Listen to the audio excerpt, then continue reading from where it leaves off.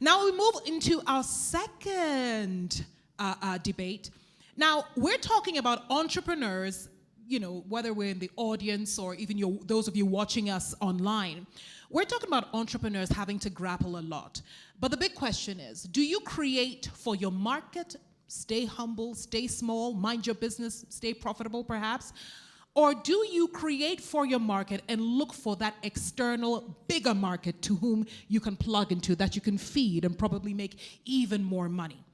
It's a huge debate, and I'm going to call two extraordinary people, only whom can tackle this. First of all, I would like to bring to the stage the inspiring global economist, Her Excellency Boholo Kenewendo, who has deep expertise in international trade and development. Please, a round of applause. A round of applause. Boholo, how are you, my dear? And of course, the gentleman who believes, think small, go fast, grow big. Please welcome His Excellency Fred Swaneker, the chairman of Africa Leadership Group. Fred, how are you? I'm good, thank you. Boholo, have you stepped away from the podium? No, I'm wondering. You want to hug him? I was just thinking he doesn't even want to greet his opponent. Please, I can don't you want to greet what? Oh, I should come and say hi to you? Oh, wow. Guys. Can you feel the tension already? Wow. Muhammad Ali versus who? I don't know. Well, you know something? Let's start off with you, Fred. A lot of successful businesses, global businesses, they start off very small. They start off in their local markets, etc. Tell us, should African businesses focus on global markets? Or should they just say, you know what, this local one is good enough for us? Fred. That's an excellent question. So I would say it depends. If you want to be a small business, you can stay local. But if you want to be big, you want to build $1 billion business, there's no way you're going to do that in Africa. Very, very, very unlikely that you can build $1 billion business in Africa. Immediately. Boholo, yeah. First of all, Fred is starting with a very big number here. I think, when we say local, we're not just saying stay in Gabs, stay in Botswana, stay in Rwanda. We're saying be in the continent. And there are lions that exist in the continent, that started in the continent, that have a strong focus in the continent, that are big-sized and big-ticket companies. So it is important, and it is possible, to grow in the continent, and then eventually work your way into the outside market. But a focus of the continent is primarily important for the growth of businesses. And that's the only way for a business to be able to thrive, with that focus on the local market? Not the only way, but certainly one of the best ways to do it. Because if you're thinking about what's going on right now globally, I have something in my eye, this is bad. If you're thinking about what is happening right now globally, we are seeing a mass exodus out of, say, Silicon Valley. We're seeing double-digit figures of employment cuts happening, and yet we are seeing high growth, high investment acquisitions that are happening in the continent right now by companies that are global moving into the continent. And I think that is a true sign of the opportunities that exist in the continent, because we have, at the moment, I see him shaking his head, when it comes to e-commerce, we have a 25% year-on-year growth rate, which is 75% higher than the average growth rate. If we're looking at payment systems, we are seeing a much faster growing market than anywhere else in the world. So there are opportunities. Companies are moving into the continent to purchase and acquire innovations in the continent because there is growth. There's nowhere else you're going to get double digits economic growth in the world than in Africa and Asia and MENA, but not in the Western side. See, those are what I call vanity metrics, right? They make you feel good, but they're not actually truly meaningful. Let me tell you why. So, the the reason I believe that if you want to build big businesses, you have to go global is simply because we have a very small market in Africa. Even though we have a big population, we have a small market. There's a difference. Africa today is only 3% of the world's GDP, right? The other 97% is outside of Africa. And so there's a talk that everyone here should watch from Don Valentine. It's on YouTube. He's the founder of Sequoia Capital, which is the most successful venture capital fund in the world. They've invested in Apple, Amazon, YouTube, even OpenAI, they're in it, right? They know how to pick the winners. And he talks about how he analyzes 50 years of investing that they did, and he's trying to understand what led them to make these massive returns. Was it the entrepreneur, the founding team? Was it the idea they had, or was it the market that they played in? And what they found is that overwhelmingly it was the market that they were in. Big market, great market, mediocre entrepreneur, mediocre idea, huge returns. Great entrepreneur, great product, bad market, they never made money. And just think about it. I believe that there are two ways in which societies get rich. The first is you go and steal it from another society. So this is what the Greeks did to the Romans did to the Chinese, Britain stole from the whole world during colonialism. America was built on 400 years of stolen labor. Portugal and Spain stole from Latin America. So that's the first pathway. The second pathway is you produce something for $1 and sell it to the rest of the world for $20.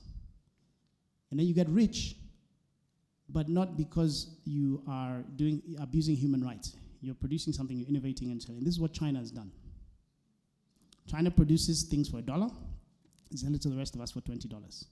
And then they get rich. So we will remain poor in Africa. We will only export poverty from one part of Africa to the next. If we are producing, let's for example, Ghana and Ivory Coast, we produce 70% of the world's cocoa, right? If we suddenly, but we don't produce any of the big chocolate brands, Nestle, Lindt, everything, right? If you are a Ghanaian chocolate entrepreneur, and you produce this incredible chocolate, and then you're now going to sell it in Somalia or Sudan or Zimbabwe or Kenya, you're going to produce it for $1 and you sell it for 25 cents. And you're just going to get poorer. Why? Because we live on a continent where we make $2 a day. Most people don't earn a lot of money. So you are chasing the small market. And you're not going to create wealth that way. And this we need to put aside our African pride and our idealism and think about what really works in the world. And when you start to export, you'll see the money coming in. Nigerian musicians have shown us this, right? Davido gets paid $500,000 to perform, not in Africa, when he's in London. But that was driven primarily by Nigerians outside the continent. When he goes to, when Wizkid goes to London, he sells out O2. Burna Boy goes to New York. Madison Square Garden, he's being paid $1 million to perform.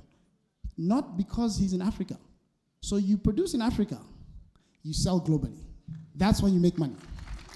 But, I mean, the truth here is that Burna Boy, Davido, all of them, the way they penetrated the American markets or UK markets is because of the Africans that are in the diaspora, that are helping them. And it's because they started to be superstars at home. But I want to go back to my vanity statistics. Hold on. Let me go back to my vanity statistics. If they are, then why is it that Network International bought DPO? Why is it that in their own press statement of acquisition, they are pointing to the growth that is expected and they are seeing in Africa? Why are you willing to pay over $200 million for a vanity statistic? Why, at the moment, are we seeing Carrefour Group, amongst others, growing exponentially, looking at penetrating over 15 countries at the moment, if indeed we are only exporting poverty from one part of Africa to the other? Why is it that we are seeing Prosper Africa coming into the continent with such a huge attention? If, again, all we're seeing is that export of poverty from one area to the other. I think that if people are coming here, Fred, if they are coming here, it would be amiss for us to not want to be part of our own story, part of our own harvesting. There is a trend here, and we can't ignore it. I'm not saying that you don't produce in Africa. All these people who are coming, watch in 10 years, 15 years, they'll all be going back because they wouldn't have made money. You look at all of these private equity firms. No, it's true. Go and look at the private equity funds that raise billions of dollars. They rushed into Africa 10, 15 years ago. In some cases, local currency returns were good. They invested in some company in Nigeria, Ghana, whatever. It made 2x, 3x in local currency, and then they devalued the currency. These guys have all run away with their tails behind their legs. They've left Africa because they didn't make returns. So all of these guys were coming. They see the same vanity statistics. We're going to be 40% of the world's population. We're growing fast. But isn't that true? It's not. It's not. Hang on. Sorry. One last thing. One last thing. If you think about, for example, the way in which we have built. This is a perfect example I'll give you. When I was at McKinsey, we were doing a study looking at mobile phones, right, when they first came out in the early 2000, whatever. And it was incredible looking at the data. As people started buying airtime, the beer consumption went down.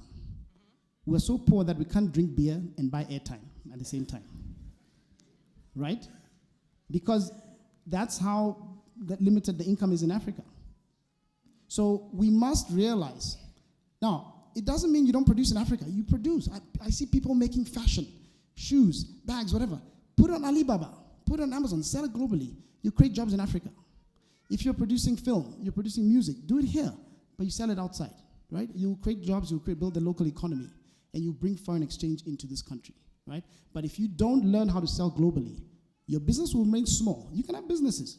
And I'm not taking this away from anyone who has a great business in Africa. I know how difficult it is to build a business, how all the ups and downs of entrepreneurship. But just look at the facts. It will not go huge if you only stay in the continent. Okay, so this is a perfect segue, Buholo. You're going to help me with the concept of succeeding locally because you are an advocate for it.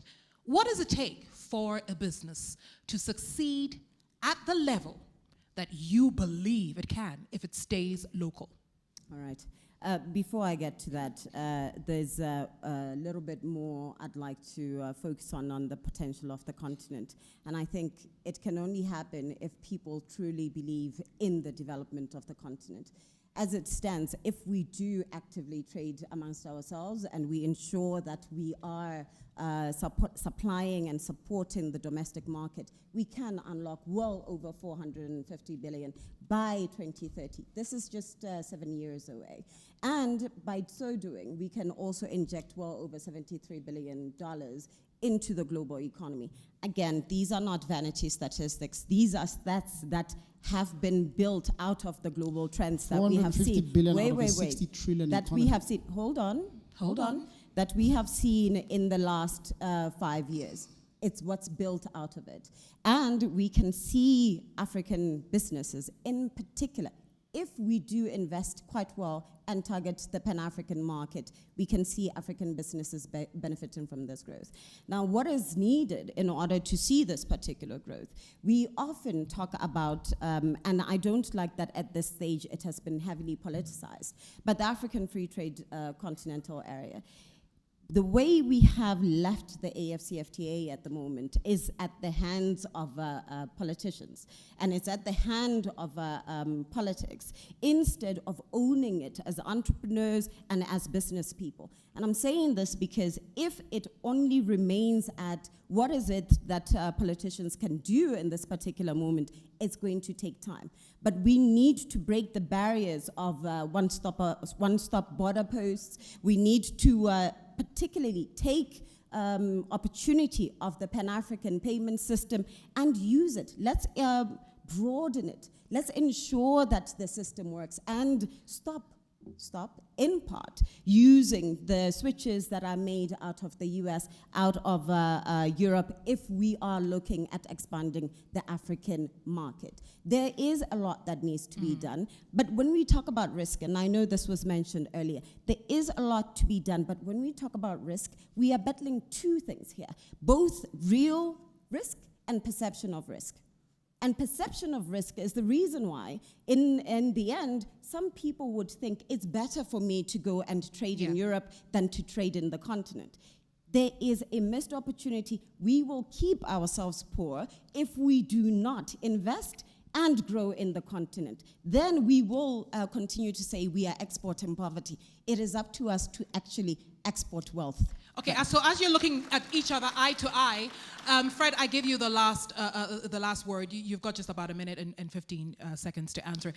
Does it mean that if I produce locally and export internationally, I have solved my continent's problems? Will that solve Africa's problems? Yes, because every dollar that you bring outside that is 10 times or 20 times more than you would have made in the continent means you can employ many more people in Africa. You can therefore start to create a middle class and build a local economy. So let me give you an example. India. India has catalyzed its economy from the tech sector. They have 6 million people who are software engineers and so forth. And all these companies like Tata Consulting Service, Infosys. Do you know that they generate $240 billion into the economy? 90% of that comes from outside of India. There's a company called HCL. They have 230,000 employees, 12 billion revenues. The CEO is a friend of mine. She says 0% of her revenues comes from India. They only have business development people in the US and Europe. And that money, when it comes in, every tech worker in India employs a chef. They go to the shops and they buy food. They go to the clothing store and they buy clothes. They rent apartment, and that has created a whole middle class. One tech worker creates 5 to 10 jobs in India. And that's how they have grown the economy. So if we want to grow rich, let's look at how India did it. Let's look at how China did it. They didn't do it by selling locally. Yeah, of course, you do have to learn how and start the business and test it locally, and it serves. But the way you solve the problem is by bringing, remember, Europeans stole from us. We now need to steal, but the way you steal is by getting them to voluntarily give you their money because you produce something that they'll buy. They're stealing all our cobalt and our coltan from DRC and making their Tesla batteries and everything. We should be producing it here and selling it to them at 20 times. This phone. Yeah. They cannot make it without the minerals from DRC. But now you are sharing the secret. We're live online. Wait. Okay, you know, Fred, beautifully said. Ladies and gentlemen, my time is up. These two, if I give them time, they'll talk till 6 p.m. So please allow me to say a big thank you to Fred Swanepoel, the chairman of ALN, and of course, Her Excellency Boholo Kenewendwa. Thank you so much.